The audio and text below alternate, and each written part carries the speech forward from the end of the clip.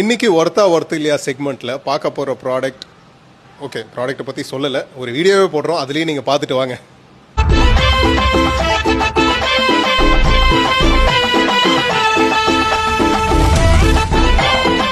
இந்த மாதிரி வீடியோலாம் பார்த்துட்டு போஸ்டர் கரெக்ஷன், பேக் பெயின், இதுக்கெல்லாமே பேண்டு வாங்கி யூஸ் பண்ணிட்டு இருப்பாங்க. என் ஃப்ரெண்ட்ஸுங்களும் பல பேர் வாங்கி யூஸ் பண்ணிட்டு இருப்பாங்க. ஃபர்ஸ்ட் ஆஃப் ஆல் போஸ்டர் ஏன் மாறுதுன்றது உங்களுக்கு தெரியணும்.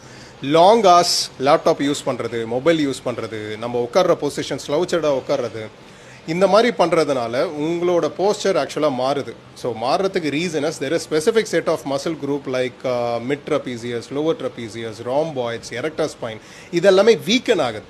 வீக்கன் ஆகிறதுனால தான் நீங்கள் ஸ்லவுச் பொசிஷனுக்கே போகிறீங்க. ஃபர்ஸ்ட் ஆஃப் ஆல் இந்த ஜாக்கெட் வாங்குற ரீசனே யாரோ உங்களை வந்து நீங்கள் இதே கொஞ்சம் கூண் விழுந்த மாதிரி இருக்கடா, ஸ்லவுச் ஆன மாதிரி இருக்கடான்னு சொல்லியிருக்காங்க. அதனால தான் நீங்கள் இதெல்லாம் போய் பார்த்துருக்கீங்க.